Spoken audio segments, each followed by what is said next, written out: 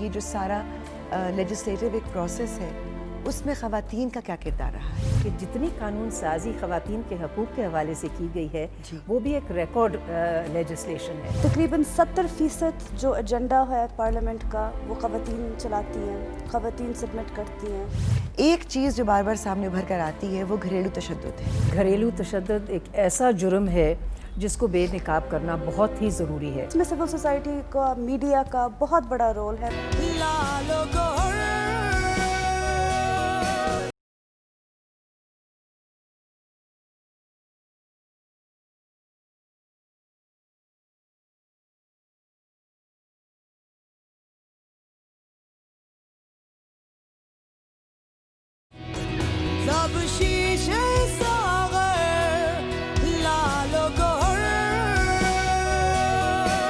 السلام علیکم، لال و گوہر میں خوش آمدید۔ جیسا کہ آپ جانتے ہیں کہ یہ پروگرام عورت فاؤنڈیشن کے تعاون سے آپ تک پہنچایا جا رہا ہے، اور ہمارا مقصد یہی ہے کہ بہت ساری ایسی خواتین جو گھر بیٹھی ہیں انہیں اپنے حقوق کے بارے میں نہیں پتہ، وہ یہ نہیں جانتی کہ پاکستان میں خواتین کا مقام کیا ہے، کیا کچھ ہو رہا ہے، اور وہ کون سے اقدامات ہیں جس کی وجہ سے آج خواتین منظر عام پر آپ کو نظر آ رہی ہیں، ان تک یہ ساری باتیں پہنچائی جائیں۔ آج ہمارے ساتھ ہماری جو دو مہمان ہیں آپ ان سے واقف ہوں گے، لیکن تعارف ضروری ہے۔ شہناز وزیر علی صاحبہ جو کہ اس وقت پیپلز پارٹی کی ایم این اے ہیں اسمبلی میں، مشیر بھی ہیں پرائم منسٹر کی، اور اس کے ساتھ ساتھ بہت اہم بات یہ ہے کہ جو عورت فاؤنڈیشن کا جنڈر ایکوٹی پروگرام ہے، صنفی مساوات کا پروگرام ہے، اس کی نیشنل ایڈوائزری فورم کی چیئرپرسن ہیں۔ السلام علیکم۔ وعلیکم السلام۔ ڈاکٹر دنیا عزیز، لوگ آپ کو دیکھتے رہے ہیں as N M N A of P M L Q, لیکن شاید ابھی تک لوگوں کو یہ نہیں معلوم کہ جو ویمنز کوکس ہے پارلیمنٹ کا، اس کی ورکنگ کاؤنسل کی بھی آپ ایک ممبر ہیں۔ آپ کی آمد کا بہت شکریہ۔ آپ دونوں خواتین کو آج یہاں مدعو کرنے کا مقصد یہی تھا کیونکہ ہمارے ہاں ایک تاثر ہے کہ جی خواتین کو بند رکھا جاتا ہے، انہیں چار دیواری کے اندر قید کیا جاتا ہے۔ کسی حد تک یہ بات غلط بھی نہیں ہے، لیکن پارلیمنٹ میں خواتین کے آنے سے بہت، اور اتنی تعداد میں آنے سے ایک واضح فرق ہمیں ضرور نظر آ رہا ہے۔ آپ اس پہ کچھ روشنی ڈالیں گی کہ یہ جو سارا لیجسلیٹو ایک پروسیس ہے اس میں خواتین کا کیا کردار رہا ہے؟ جی، سب سے پہلے تو یہ چیز واضح ہے کہ اس پارلیمان میں جس تعداد میں خواتین موجود ہے وہ پہلے پاکستان کی تو جہد کر ہے کہ جتنی قانون سازی خواتین کے حقوق کے حوالے سے کی گئی ہے وہ بھی ایک ریکارڈ لیجسلیشن ہے۔ کبھی پہلے کسی پارلیمان نے اتنے قوانین جو کہ خواتین نے موو کیے ہوں اور جس پہ اتفاق رائے پارلیمان میں جو ہے وہ پایا گیا ہو، اور اس کو بلکہ ایک طریقے سے میں یہ کہوں گی کہ پارلیمان میں جو ویمنز کوکس ہے اس کا بہت اہم رول اس چیز میں رہا ہے کہ ساری سیاسی جماعتوں کو آمادہ کرنا، کیونکہ ایک تو طریقہ یہ ہوتا ہے کہ ایک قانون جو ہے، قانون سازی کا مرحلہ ایک یہ ہوتا ہے کہ کمیٹی میں قانون کا مسودہ جو ہے وہ پیش کیا جاتا ہے، وہاں پہ کمیٹی میں تفصیلی بحث ہوتی ہے، وہاں پہ ساری سیاسی نمائندے موجود ہوتے ہیں، ساری جماعتوں کے، جی ہاں، تو اور وہاں پہ بڑی سیر حاصل بحث ہوتی ہے، اور it is also open to public, almost like a public hearing. اس میں ماہرین آتے ہیں، اس میں قانون دان آتے ہیں، اس میں خواتین کے حقوق سے کے سلسلے میں جہد جو کرتی ہیں تنظیمیں ہیں ان کے نمائندے ہوتے ہیں۔ پھر جب پارلیمان میں آتا ہے پھر اس کے اوپر اور بھی بحث ہو سکتی ہے، اور دونوں ہاؤسز میں سے پاس کرنا ہوتا ہے، نیشنل اسمبلی سے بھی اور سینٹ میں سے بھی۔ تو یہ دو تین نمایاں تبدیلیاں آئی ہیں جو کہ قانون سازی کے لحاظ سے، پارلیمان میں نمائندگی کے لحاظ سے، اور خواتین پارلیمنٹیرینز کی کارکردگی کے لحاظ سے، تو یہ تو record specs for it self. دنیا، آپ جو ایک قانون پاس ہوا ہے خواتین کے خلاف جو سماجی ہماری ٹریڈیشنز ہیں، روایات ہیں، ان کو روکنے کے لیے، ان کی روک تھام کے لیے، اس میں آپ کا بہت کام رہا ہے۔ تو اس سارے سلسلے میں کبھی آپ کو یہ محسوس خاتون ہونے کی حیثیت سے کہیں نہ کہیں کوئی ڈسکریمنیشن آپ کے خلاف بھی ہوتی ہے؟ اگر کوئی خاتون اپنے کام سے کام میں لگی رہیں اور وہ اپنے کام میں آگے بڑھیں اور اپنا ایک ایکسپرٹیز دکھائیں، تو میرے خیال میں کہ ہمارے معاشرے میں جو ہمارے مرد حضرات ہیں وہ اس کو کافی اپریشیٹ کرتے ہیں، لیکن یہ ضرور سامنے آتا ہے کہ خواتین کو ذرا زیادہ کام کرنا پڑتا ہے. آپ کو وہ پلیٹ فارم انسٹنٹلی نہیں ملتا جو شاید ایک آپ کو اپنے آپ کو ثابت کرنا پڑتا ہے. جی بالکل ثابت کرنا پڑتا ہے. اور اس میں آپ کو جو میں نے پچھلے اب یہ میرا 10واں سال ہے پارلیمنٹ میں، جو میں نے دیکھا ہے کہ خواتین بے شک خصوصی نشستوں پہ آئی ہیں. جی 60 خصوصی نشستیں ہیں عورتوں کی اور 10 خصوصی نشستیں ہیں اقلیتوں کے لیے. آئے دن ہم 60 عورتوں کو پوچھا جاتا ہے کہ جی آپ نے کیا کیا، آپ نے کیا کیا، آپ اسمبلی میں آ گئی ہیں تو آپ پروو کریں کہ آپ نے کیا کام کیا. لیکن ان 10 مردوں کو کبھی کوئی نہیں پوچھتا جو وہ بھی ریزروڈ سیٹ پہ ہی ہیں. تو یہ ہمارے اپنے ایک معاشرے میں بھی میرے خیال میں اوور ٹائم یہ جو تھوڑی بہت ڈسکرمنیشن ہے یہ ختم ہو جائے گی. اور جیسے شناز نے بھی ابھی کہا ہے، جو اسمبلی کے اندر کام ہوا ہے خواتین کے حوالے سے، نہ صرف عورتوں کے ایشوز پہ، پورے ملک کے ایشوز پہ، میرے خیال میں کہ یہ کوئی اس میں دو بات نہیں کر سکتے کہ خواتین نے خاص طور اس پارلیمنٹ میں اپنے آپ کو اتنا اچھا اسٹیبلش کیا ہے. تقریباً 70% جو ایجنڈا ہے پارلیمنٹ کا وہ خواتین چلاتی ہیں، خواتین سبمٹ کرتی ہیں. 50% سے زیادہ جو پرائیویٹ ممبر بلز پیش ہوتی ہیں وہ خواتین پیش کرتی ہیں. اور سب سے خوشی کی بات جو مجھے لگتی ہے کہ آج تک اس پارلیمنٹ میں جو پرائیویٹ ممبر بلز پاس ہوئی ہیں نیشنل اسمبلی سے، ان کی ساری موورز خواتین ہی ہیں. اس میں میری اپنی 3 بلز ہیں، یاسمین رحمان صاحبہ کا بھی بل ہے، ماروی میمن صاحبہ کی بھی 1-2 بلز تھیں. تو یہ ہے کہ یہ صرف یہ نہیں کہ ہم خانہ پوری کے لیے چیزیں سبمٹ کر رہی ہیں، لیکن جو اینڈ تک قانون بنانے تک پرسو کرنے والی بات ہے وہ خواتین ہی کر رہی ہیں. کیا اب کیونکہ ظاہر ہے کہ ویمنس کوکس میں بھی مختلف جماعتوں کی خواتین ہیں، اس کے علاوہ پارلیمنٹ میں اختلاف رائے بھی ہوتا ہے، لیکن جب کوئی ایسا مسئلہ درپیش ہوتا ہے جو کہ خواتین کے ویلفیئر کے لیے، ان کی بہبود کے لیے ہے، وہاں لگتا ہے کہ دوسری خواتین کی سپورٹ ملتی ہے؟ جی ہنائی، میرے خیال میں یہ بہت اہم ایک آپ نے پہلو اٹھایا ہے. اور اس میں ڈاکٹر دنیا عزیز صاحبہ تو بہت ہی ایک سرگرم رکن ہے اپنے ویمنس کوکس کی. ویمن کوکس کا جو تصور ہے وہ ڈاکٹر فہمیدہ مرزا جو ہماری نیشنل اسمبلی کی اسپیکر ہیں، ان کی طرف سے یہ انیشیٹو لیا گیا. اور یہ جو تصور تھا اس پر عملی جامہ پہنانے کا بھی جو میں سمجھتی ہوں سہرا ہے وہ انہی کے سر پہ ہے، کیونکہ انہوں نے یہ سوچا کہ خواتین کے لیے کوئی اس وقت اس قسم کا پلیٹ فارم نہیں ہے جہاں پہ ساری خواتین اپنی پارٹیوں سے ایک لحاظ سے بالا تر ہو کر ایک کامن پلیٹ فارم پر اکٹھی ہو جائیں. اور ہم سب بھی یہی رائے رکھتے تھے، ہم اس چیز پر اتفاق ہم سب نے کیا. اور یہ ایک بہت ہی خاص میں سمجھتی ہوں اس پارلیمان کی کارکردگی میں شامل ہے کہ خواتین باوجود اس کے کہ ہمارے بہت سارے سیاسی اختلافات ہو سکتے ہیں، حزب اختلاف ہے، حکومت ہے، کولیشن پارٹیز وغیرہ ہیں، بہت سارے ایسے ایشوز ہیں جس پہ بڑی گرما گرم بحث ہوتی ہے. خواتین کے ایشوز پر بھی ہوتی ہے، آپ نے دیکھا تھا حال ہی میں یہ گھریلو تشدد پہ بھی بہت زبردست بحث ہوئی. لیکن اسپیکر صاحبہ کے اس انیشیٹو کو سب نے اپریشیٹ کیا.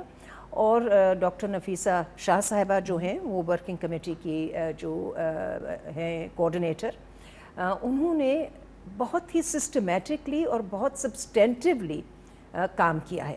یہ جتنے قانون آپ کے سامنے اب آئے ہیں جس کی منظوری ہوئی ہے، اس میں کوکس کا ایک بہت بڑا رول رہا ہے.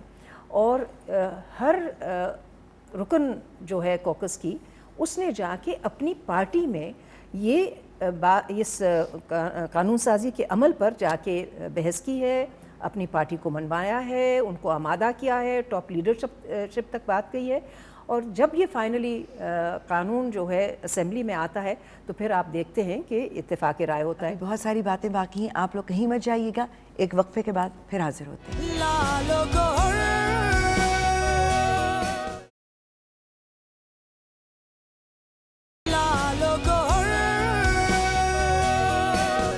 Welcome back. لالو گوہر میں پھر سے خوش آمدید. ڈاکٹر دنیا، ابھی ہم نے بات کی تھی کہ ایک قانون اب بن چکا ہے، اس بل کے لیے آپ نے بہت دوڑ دھوپ کی تھی کہ خواتین کے خلاف جو روایتیں ہیں یا سماج میں جو چیزیں رائج ہوئی ہوئی ہیں اس کے اوپر آپ لوگوں نے کام کیا کہ ان کی روک تھام کی جائے. اسپیسیفکلی وہ کون سی چیزیں تھیں جن پر آپ کا فوکس تھا؟ اس میں پہلے تو میں ہنا کہنا چاہوں گی کہ اس میں سب نہ صرف خواتین کا کام تھا لیکن ہمارے جو میجورٹی ممبرز ہاؤس میں مرد حضرات ہیں ان کے بغیر یہ پاس نہیں ہو سکتا تھا، اور میں ان کی بھی بہت شکر گزار ہوں کہ انہوں نے اس کو پاس ہونے دیا اور آج یہ قانون ہے. اس میں جو موٹی موٹی باتیں ہم نے اس لاء میں ٹچ کیا ہے، ایک تو ہے زبردستی کی شادی. جیسے آپ کو پتہ ہے کہ ہمارے مذہب میں بھی زبردستی کی شادی کی اجازت نہیں ہے. نکاح کے وقت اس لیے 3 دفعہ پوچھا جاتا ہے لڑکی سے بھی اور لڑکے سے بھی کہ آپ کو یہ قبول ہے کہ نہیں شادی. بالکل. تو اس میں ذرا جو ہم دیکھ رہے ہیں کہ ہوتا ہے کہ لڑکیوں سے صحیح طرح پوچھا نہیں جاتا اور لڑکیوں سے زبردستی کی جاتی ہے، تو اس کے خلاف ایک ہم نے امینڈمنٹ کی ہے پینل کوڈ میں. اس کے آگے جو ونی اور سوارا آپ نے سنا ہوگا اور اس کے مختلف جگہوں پہ مختلف قسم کے نام ہیں. اس رواج میں یہ ہوتا ہے کہ ایک جرگہ فیصلہ کر دیتی ہے کہ جب 2 خاندانوں میں دشمنی پیدا ہو جاتی ہے تو اس دشمنی کو ختم کرنے کے لیے ایک خاندان کی بچی دوسری خاندان کو دی جاتی ہے شادی میں. یہ بھی ہم نے کہا کہ یہ بہت غلط ہے، اس کو بھی ہم نے ایک جرم قرار دیا ہے، نہ صرف فیملی کی لیکن جو بھی اگر جرگہ بیٹھ کے یہ فیصلہ کرے تو وہ جرگے والوں کے اوپر بھی قانون نافذ ہو سکتا ہے کہ ان کو ایسے ڈیسیجن نہیں لینا چاہیے. اور کیونکہ دشمنی تو ختم نہیں ہوگی، الٹا اس لڑکی کی زندگی جو ہے جیرن ہو جائے گی. اس کے ساتھ کئی قسم کی زیادتیاں ہوں گی وہ جب اپنے دشمن کے ہاں گھر میں جائے گی. بالکل.